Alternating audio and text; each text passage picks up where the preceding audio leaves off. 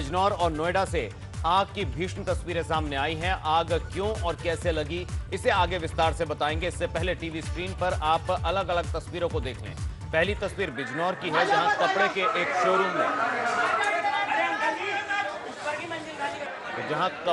एक शोरूम में भीषण आग लगी। वहीं आग की दूसरी तस्वीर नोएडा की है, जहां सेक्टर 93 में झाड़ियों के पास भीषण आग लगी। आग लगने से अफरा तफरी मची रही। आग से लाखों रुपए का कपड़ा जलकर खाक हो गया।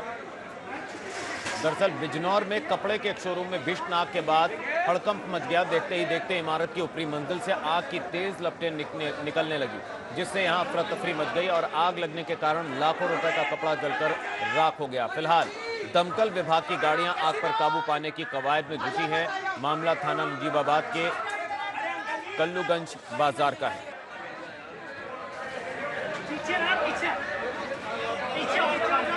फिलहाल स्थिति नियंत्रण में बताई जा रही है। हालांकि आग से लाखों का कपड़ा जलकर खाक हो गया और आग की तेज लपटें उठती दिखाई दी, लेकिन स्थिति को नियंत्रण करने की कवायद जारी है।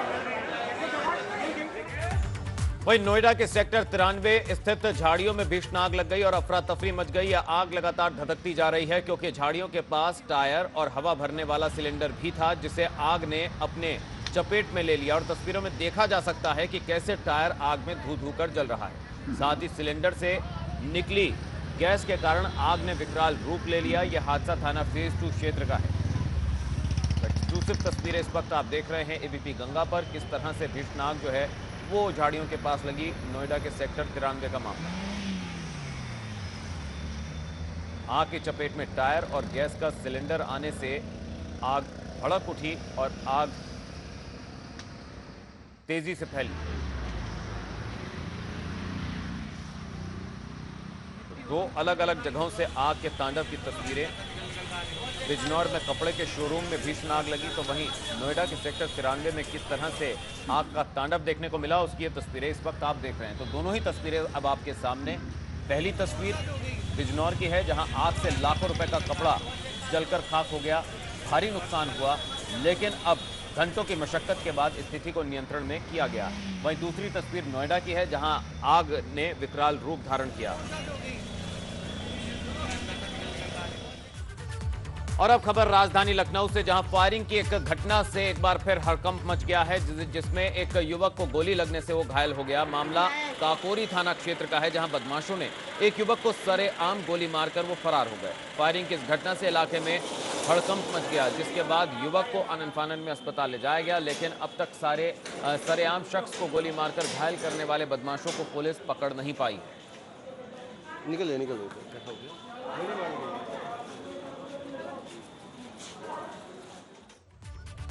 वहीं रायबरेली में नगर पालिका परिषद में अचानक अफरा तफरी मच गई और दफ्तर के अंदर पहले बहस शुरू हुई, फिर यहां से दो कर्मचारी आपस में भिड़ गए। दोनों ओर से हाथापाई शुरू हो गई और जब तक लोग बीच बचाव करते, दोनों एक दूसरे पर थप्पड़ों और घूंसों की बारिश करने लगे।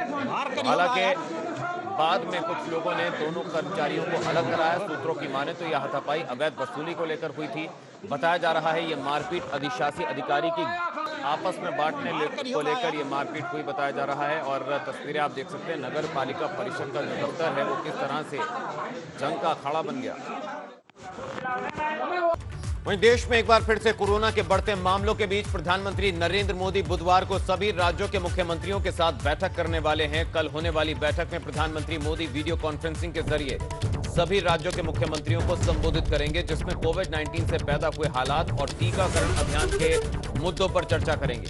ये बैठक बुधवार दोपहर 12:30 बजे होगी। और आपको बता दें कि महाराष्ट्र, केरल, पंजाब, दिल्ली और यूपी समेत कई राज्यों में एक बार फिर से कोरोना वायरस का ग्राफ तेजी से बढ़ रहा है।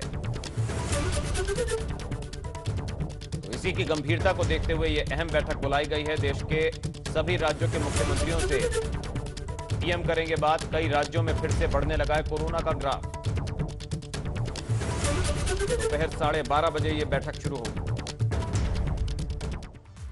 यूपी में एक बार फिर से कोरोना का संक्रमण बढ़ने लगा है। प्रदेश में 24 घंटों में कोरोना के 228 नए मामले सामने आए, जिसके बाद यूपी में कोरोना के एक्टिव मामलों की संख्या अब 1912 पर पहुंच गई। आज सामने आए नए कोरोना के मामलों में सबसे ज्यादा केस राजधानी लखनऊ के हैं, जहां 24 घंटों में 44 कोरोना पॉजिटिव मरीज मिले हैं, जो पिछले 2 महीनों में सबसे ज्यादा हैं। यूपी में बीते 24 घंटों में 2 लोगों की कोरोना से जान चली गई। यूपी में अब तक 8,750 कोरोना पॉजिटिव मरीजों की जान जा चुकी है। तो इसे कोरोना का यू टर्न कहा जाए, क्योंकि फिर से पांव फैला रहा है कोरोना वायरस और मामले बढ़ते जा रहे हैं। यूपी की बात करें, 24 घंटों में कई मामले सामने आए हैं, जो चिंता की बात है, और कई ऐसे राज्य हैं जहां पर कोरोना तेजी से पांव पसार रहा है।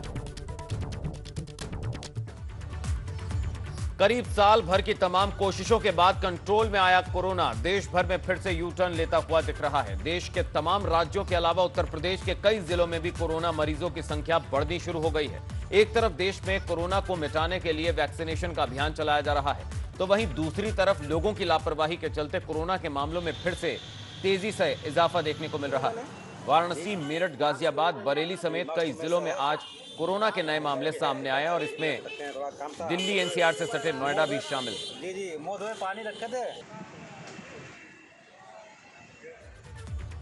वहीं यूपी के स्वास्थ्य मंत्री जय प्रताप सिंह भी की माने तो कोरोना का बढ़ना चिंतनीय है, लेकिन इसे नियंत्रण में कर लेंगे। और जय प्रताप सिंह ने यह भी कहा कि पहले जांच कुछ कम कर दी गई थी, लेकिन मामले बढ़ने पर अब जांच को फिर से बढ़ा दिया गया है और फोकस टेस्टिंग पर किया जा रहा है। जांचें कुछ कम हो गई थी, ये बात तो सही है, और जांचें हमने बढ़ा दी है। 1,20,000 से लेके 1,35,000 करने के लिए हम लोग ने आदेश भी कर दिया है। और टारगेटेड टेस्टिंग, फोकस टेस्टिंग भी हमने, जो हम अभी 1 महीना पहले हमने किया था, दोबारा इसको हमने सुनिश्चित कर दिया है। रेलवेज में, जहाँ रेलवे प्लेटफॉर्म पर, बस स्टेशन पर, जहाँ भी हमारे दुकानें हैं, ठेला वाले, रिक्शा वाले, पटरी वाले, वृद्धाश्रम, अनाथ आश्रम, ये सभी जगह, शिक्षक संस्थाएं, अब इसको दूसरे रूप में हम लोग ने ले लिया कि इसको ये ध्यान में देते हुए कि कुछ संख्या हमारी बढ़ रही है, तो इसको ध्यान में रखते हुए हमने थोड़ा सा टेस्टिंग अपना बढ़ा दिया। वहीं बड़ी खबर लखनऊ से, जहां एयरपोर्ट पर कस्टम को मिली सफलता। 45 लाख का सोना और चांदी बरामद। दुबई से लखनऊ एयरपोर्ट पहुंचे थे 2 यात्री। ट्रॉली बैग में रेडियम पॉलिश में छिपाया था सोना। मिक्सर ग्राइंडर की मोटर में भी सोना निकला।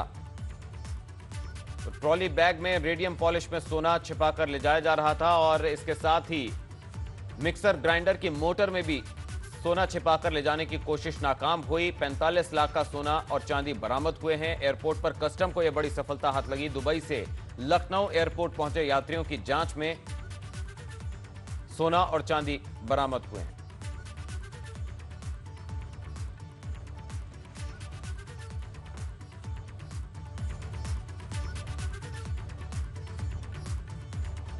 वहीं लखनऊ के गोमती नगर के नवाबी केसल में अवैध हुक्का बार पर पुलिस ने छापा मारा। पुलिस ने कई हुक्के बरामद कर वहां के स्टाफ को हिरासत में लिया है। हुक्का पार्लर के मालिक का नाम कमल वर्मा है, जो बिना लाइसेंस के हुक्का बार चला रहे थे। इनके कहने के हिसाब से यहां के चौकी प्रभारी विजय खंड के कहने से हुक्का चल रहा है।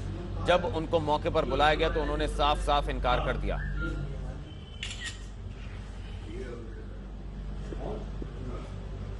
नवाबी कैसल में बिना वहीं आगरा में सीवर की सफाई के दौरान दर्दनाक हादसा सामने आया, जिसमें जहरीली गैस की चपेट में आने से 5 लोगों की मौत हो गई। और यह घटना आगरा के फतेहाबाद क्षेत्र के प्रतापपुरा गांव की है। बताया जा रहा है एक युवक शौचालय के टैंक की सफाई के लिए गड्ढे में उतरा था और जिसमें जहरीली गैस होने की वजह से युवक बेहोश हो गया, जिसके बाद 4 और लोग उसे बचाने के लिए गड्ढे में उतरे, लेकिन 5 लोगों की जहरीली गैस की चपेट में आने से मौत हो गई। मरने वालों में 4 लोग एक ही परिवार के हैं। इधर सीएम योगी ने दर्दनाक हादसे पर दुख जताते हुए पीड़ित परिवार के प्रति संवेदना जताई है और परिजनों को आर्थिक सहायता देने की घोषणा भी की है।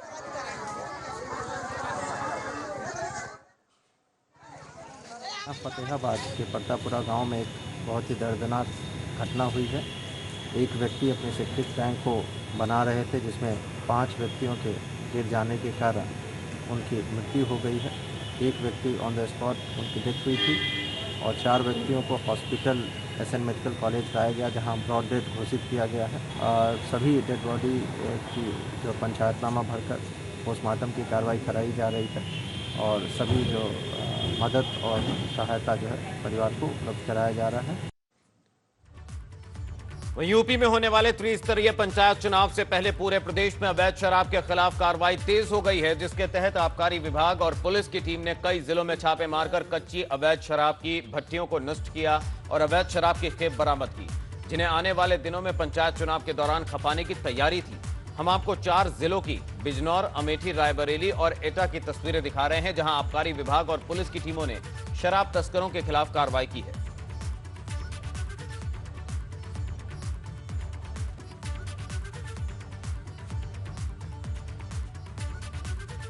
वहीं ट्रेन में आग लगने के बाद राहत और बचाव का काम कैसे किया जाए, इसे लेकर आगरा स्टेशन पर मॉक ड्रिल किया गया, जहां आरपीएफ, एनडीआरएफ के अलावा स्थानीय फायर सर्विस भी मौजूद रही। इस दौरान यहां कैंट स्टेशन पर खड़े रेल के डिब्बे को डीरेल किया गया और उसके साथ ही धुआं छोड़ा गया, जिसके तुरंत बाद मॉक ड्रिल का आरंभ हुआ।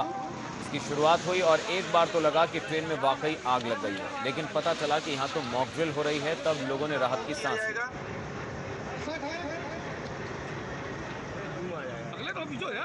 बढ़ते रेल हादसों को रोकने के लिए, उस पर लगाम लगाने के लिए, काबू करने के लिए ये मॉक ड्रिल बेहद जरूरी थी और इस तरह की मॉक ड्रिल आज आगरा के कैंट स्टेशन पर देखने को मिली, जहां एक रेल कोच को डीरेल किया गया, उसमें धुआं भी छोड़ा गया बाकायदा, और किस तरह से राहत बचाव कार्य तेजी से किए जाएं उसका मॉक ड्रिल किया गया।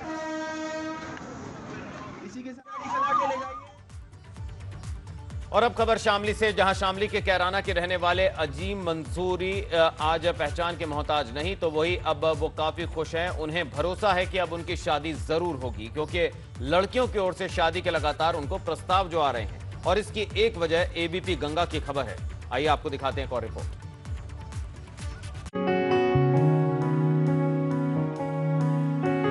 कल तक जनाब जान पहचान से अनजान थे, लेकिन आज इन्हें कौन नहीं जानता। नाम लीजिए और जहन से जुबान तक इनका नाम और चेहरा तैरने लगेगा, और इसकी देन ये कहीं न कहीं एबीपी गंगा की मुहिम को मानते हैं। एबीपी न्यूज ने मेरी खबर चलाई टीवी में, उसका धन्यवाद देता हूँ। तो सुना आपने, ये शामली के कैराना नगर के अजीम मंसूरी है। छोटे कद का होने के कारण हाल ही में ये अपनी शादी करवाने की गुहार लगाते थाने तक पहुँच गए। कोतवाल साहब से अपनी कथा और व्यथा बताई, यहाँ तक कि सीएम योगी तक अपना संदेश पहुँचवाया। फिर क्या, देखते ही देखते इनका वीडियो सोशल मीडिया पर इस कदर वायरल हुआ कि सभी मंसूरी की बेबाकी और मासूमियत के कायल हो गए और ये रातों रात सेलिब्रिटी की श्रेणी में आ गए। कल तक जिस शख्स को शादी के लिए कोई लड़की नहीं मिल रही थी और वो इधर उधर भटकने के लिए मजबूर था, आज हालात ऐसे हैं कि इनसे शादी के लिए कहां कहां से रिश्ते आ रहे हैं, बताना मुश्किल है। बोल रहे हैं बिहार में शादी करोगे? जी हाँ, कोई बात नहीं, कर लियो, मैं तो इलाजा है मेरा तो करने के लिए। और मंसूरी इसके लिए एबीपी गंगा का शुक्रिया अदा करना नहीं भूलते। हजी लड़की के फोन दुनिया भर के आले, जो से जाम सके का जवाब दो मैं उनको। बहरहाल 26 साल के अजीम मंसूरी भले ही 3 फीट के हो, लेकिन छोटे मियाँ की बातें बहुत बड़ी हैं। तभी तो आम जनता तो छोड़िए, बॉलीवुड भी इनका फैन होता जा रहा है। एबीपी गंगा के लिए शामली से पंकज की रिपोर्ट। उत्तराखंड के नए मुख्यमंत्री तीरथ सिंह रावत ने अपने नए मंत्रिमंडल का स्वरूप तय कर दिया है। इसके तहत मंत्रियों के विभागों का बंटवारा कर दिया गया। तो मुख्यमंत्री तीरथ सिंह रावत ने अपने पास 13 विभाग खुद रखे हैं और इसके तहत सीएम ने 9 विभागों का बंटवारा किया है। तो तीरथ सिंह रावत के कैबिनेट में किसको क्या विभाग मिला है वो हम आपको दिखा रहे हैं। सतपाल महाराज, बंशीधर भगत, सुबोध उनियाल, इनको कौन कौन से विभाग दिए गए हैं वो आपको स्क्रीन पर दिखा रहे हैं। इसके साथ साथ हरक सिंह रावत, यशपाल आर्य, गणेश जोशी। तो वहीं 3 राज्य मंत्री स्वतंत्र प्रभार बनाए गए हैं। इसके तहत सीएम रावत ने सतपाल महाराज को सिंचाई मंत्रालय सौंपा है, अरविंद पांडे को शिक्षा मंत्रालय, बंशीधर भगत को संसदीय मंत्रालय का जिम्मा दिया गया, हरक सिंह रावत को पर्यावरण मंत्रालय, बिशन सिंह को पेयजल मंत्रालय, यशपाल आर्य को परिवहन मंत्रालय, सुबोध उनियाल को कृषि मंत्रालय, गणेश जोशी को उद्योग मंत्रालय दिया गया।